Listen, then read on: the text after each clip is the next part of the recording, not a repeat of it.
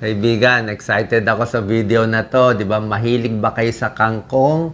Kain po kayo ng kangkong at okra. Pero alam nyo ba ano mga health benefits ng kangkong? Sino bagay kumain nito? At sino bagay kumain ng okra? May kanya-kanyang benefits. At pag pinaglaban natin, ano ang mas healthy? Magsasabi tayo ng winner mamaya. Okay, so wag lang kain ng kain. Tingnan natin. Ang kangkong, green leafy vegetables, di ba? Ito sa left corner, tingnan natin. Alam nyo naman, pag green leafy, maraming iron yan. Tingnan natin. So, may iron, calcium, dami rin yung fiber, vitamin A, vitamin C. Tingnan natin yung actual number ng 100 grams ng kangkong. Ito po, oh. Ang kangkong may protein din siya, 2.6 grams. Hindi lang karne may protein, may protein. Tsaka, pang-diet talaga. Kumain ka ng 100 grams nito, 19 calories lang. Napakababa. May folate siya, B9, para sa mga buntis. Maganda to.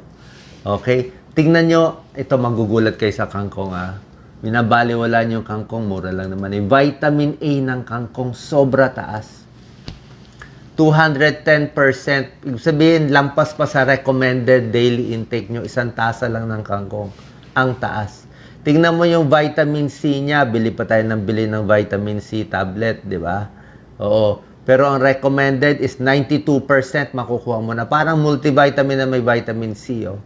92%. So, isang tasa niyan, almost pwede ka na for the day. Tsaka sa kangkong, tingnan mo yung iron niya. Oh. Mataas yung iron niya. Oh. 21%. Okay? Sa mga anemic. At bukod dito, marami pa siyang iba. May magnesium pa siya, manganese, phosphorus. May potassium din konti, 6.6%. So, complete. Zero cholesterol. Oh. Halos zero fat din. Oh. 1% lang. At maraming fiber. Kita nyo? So, malakas siya. Kakain tayo niyan. So, Doc Lisa, pampababa ng cholesterol. Yes, may mga pag-aaral na nakababa ng cholesterol. Kasi nga, gulay basically, may mga fiber yan. Yung fiber ang nagwawalis ng mga nakakabawas ng cholesterol yan. May pag-aaral. Sa pag-protection sa heart disease, kasi may vitamin A, vitamin C siya. O may beta-carotene siya. Tapos yung folate din. Yung folate pala, nakakababa ng homocysteine, isang chemical na nagko-contribute ng heart attack and stroke. Yan, pinabantayan din namin yan, yung homocysteine yan. Magnesium, maganda rin sa blood pressure. Kasi nga marami siyang sustansya, maganda siya sa puso. Diba? At most neutral siya, hindi siya makakasama. Hindi katulad ng mga karne at ibang issue. So, kangkong, maganda. Anemia, sabi ko sa'yo, di ba? Mataas siya sa iron. Green leafy vegetables sa mga babae, nireregla, may bleeding o anemic, kahit sa mga bata. Sa mga bata, ito magandang source ng iron. Okay? Karne, may iron din, may iron supplement. Pero ito, marami ng iron siya. Nasa dahon, ha? Yung pagka-green, napakaganda. Hindi po nakakataas ng blood pressure. Baka malito kayo. Okay, ang blood pressure, yung lakas ng bomba ng puso sa dugo, ito ang dami ng red blood cell. So, kailangan nyo yan. Hindi ito nakaka-high blood. Maganda ang kangkong. Niwala po kayo. Maganda sa puso. At maganda rin siya, ito ginagawa ko. Pag constipated kayo, matigas ang dumi, damihan nyo lang yung gulay ng kangkong. So, pag 1 bulk, 2 bulks, yung iba, bumibili pa nga ng fiber supplement, di ba? Ito na fiber supplement yun. Ang taas ng fiber niya. So, itong kangkong, pag marami, pampadumi. Mild laxative. Isang tasa, para kang pampalit ng tiyan, di ba? Ang baba pa ng calories. Kung medyo hindi ka matunawan, constipated, ito maganda rin siya. At merong ginagamit din ng kangkong sa traditional medicine para sa mga bulate. I'm not sure how effective, pero ginagamit. Yun ang mga ibang pinag-aaralan nila. Maganda sa mata. Ang taas kasi sa vitamin A. 210%. Oh. May tulong siya sa mata. Pampalinaw ng mata. Pagdating sa diabetes, not sure. Nilalagyan ko ng question mark. Kasi wala naman talagang component ng pampababa ng blood sugar. Although, low calorie siya. Hindi siya matamis. 'Di ba? Gulay siya. So, hindi siya nakakasama. Pag ito kakainin mo, hindi tataas din ng blood sugar mo. Pero kung sasabihin mo, kakainin mo yung kangkong para bumaba ang blood sugar, ibang usapan yon. Healthy diet lang siya. Kailangan mo ng gamot para bumaba yung blood sugar nyo. Prevention of cancer. Lahat naman ng gulay nakakabawas sa colon cancer, stomach cancer. Pero kung sasabihin mo, ibang mga cancer, kung mapapababa niya, marami siyang antioxidant, very nutritious, siguro may tulong, pero hindi direkta na makakababa. Diba? Mas marami pa siguro sa carrots. Usually, yung carrots, mas sikat pampababa ng breast cancer. May konting pag-aaral doon. Skin diseases, maganda kasi marami siyang vitamin A, C, diba? Kaya maganda rin sa balat, maganda rin sa buhok. Other benefits, pinag-aaralan pa, hindi pa sure. Sa ulcer, sa pampaantok, may selenium and zinc, may konti, pero hindi ito pa, kaya puro question mark. Isang maganda sa kangkong, meron pa siya isang benefit bukod sa nabanggit ko. Sa Ayurvedic medicine, yung mga traditional medicine, ginagamit siya sa sakit sa atay. Liver problem and naninilaw, liver problem yan, di ba? Kasi tingin nila nakaka-protect sa mga nakakasirang chemical sa liver. Actually, chinek ko maigi. Meron palang pag-aaral siya. Medyo marami-rami na pag-aaral ng water spinach, kangkong, ginagamit sa mga poisoning, lead toxicity, kung ano-anong toxicity, binibigyan ng maraming kangkong, nakakabawas ito. Inhibiting oxidative stress and apoptosis. So, merong konting pag-aaral, baka makatulong siya kung meron kayong liver problem. Wala namang masama kumain ng maraming kangkong. Pero syempre, dagdag lang to, yung gamot nyo ang mahalaga. So, nakita nyo ang kangkong, ang daming benefit, vitamin A, vitamin C. Sa kabilang banda, tignan natin, may laban pa ba yung paborito ni Doc Lisa na okra? Ako, favorite ko rin okra eh. Okra with suka lang ako, pwede na. Diba?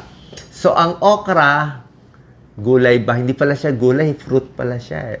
Fruit man siya, or gulay man siya, ladyfinger ang tawag dyan, mabilis iluto sa sinigang, okay yan. Yung iba lang, ayaw kainin ng okra, nandidiri, kasi merong madulas-dulas sa loob, di ba? Tawag doon mucilage, sabi nila parang uhog mucilage, pero may benefit yon. Ito yung power ng okra, may benefit yung mucilage, explain ko mamaya. Ang okra, compared to kangkong, mas marami pa nga siyang fiber. Very fibrous siya. Mas marami siyang fiber. Folate niya kasing dami rin ng kangkong. B9, 15% pareho. Vitamin K, comparable din sa kangkong para magbuo ang dugo. Diba? Kailangan din yan. Phosphorus niya, pareho din. Zinc, okay din sa kanya. Potassium, meron din naman siya. Ang difference lang sa okra, mas kulang siya saan? Kulang siya sa vitamin A. Talong-talo siya. Ang vitamin A niya, 5% lang eh. Ang vitamin A ng kangkong, 210%. Ang vitamin C niya, talo din. Ito, 23 milligrams lang, 28%. Ang vitamin C ng kangkong, di halata, di ba? Pero vitamin C ng kangkong, 92%. Okay, so talo siya. Sa iron, talo din siya. Wala siyang green leafy vegetable, green lang siya eh. So, sa iron, talo din siya. 5% lang siya. Yung iron ng isa, mga 21%. Eh. So, pag anemic, yung isa panalo. Pero despite na talo siya sa A, talo siya sa C, talo siya sa iron, tatlong very important na mga nutrients, meron naman siya ibang panalo din. So, vitamin C, mas talo siya. Vitamin K niya, okay lang. Marami naman siyang polyphenols.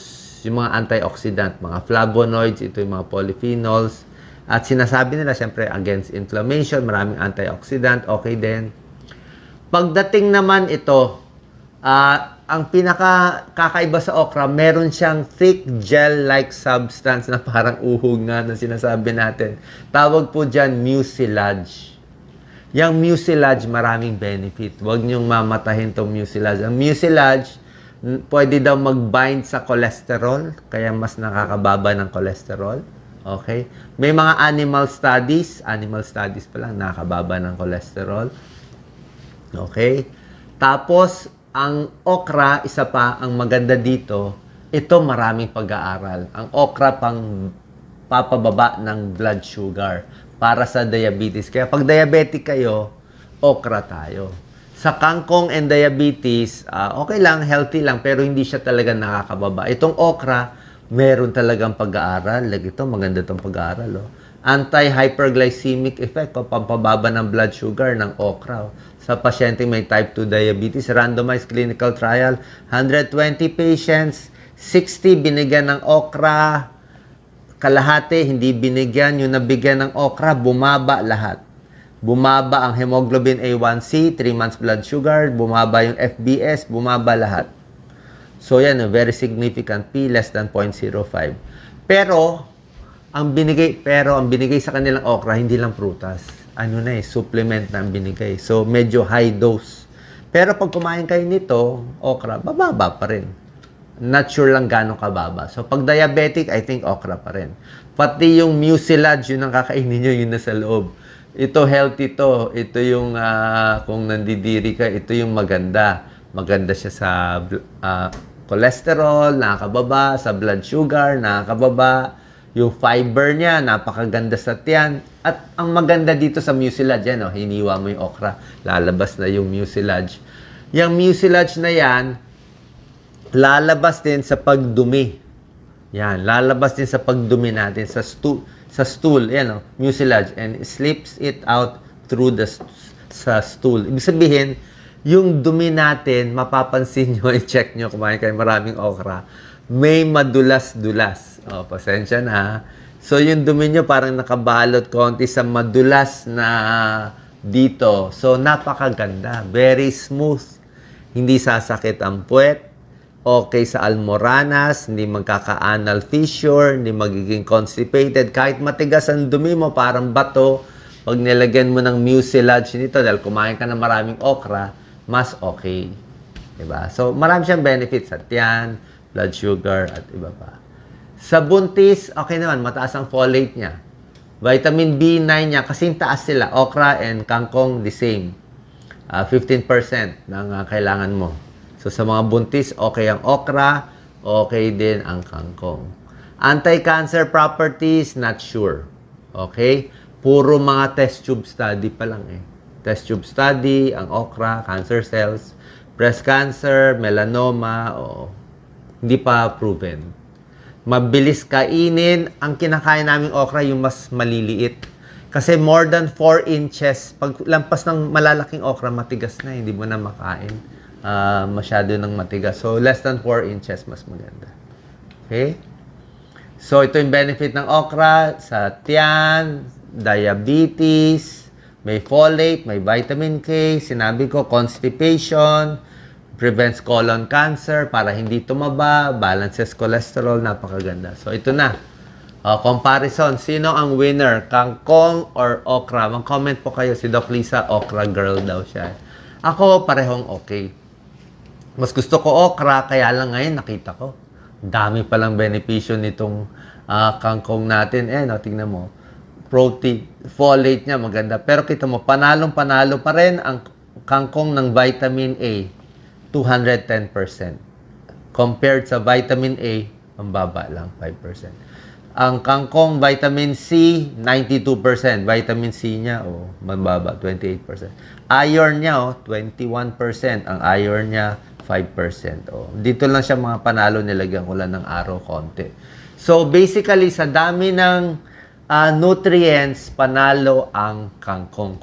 Kung isa lang, kangkong ka. Pero, kung diabetic ka, di ba? Diabetic, tapos medyo mahapdi yung pagdumi mo, may almoranas ka, okay naman tong okra. Kasi may pampababa siya ng blood sugar at may tulong din sa pagdumi natin. Lalo na yung nagagasgas na yung puwet natin, okay ito. Pero pareho naman silang nakakalambot ng dumi. Sana nakatulong. So, anong winner? Siguro a little better yung kangkong para sa akin. Pero para nga sa diabetic, pwede rin itong okra. Salamat po.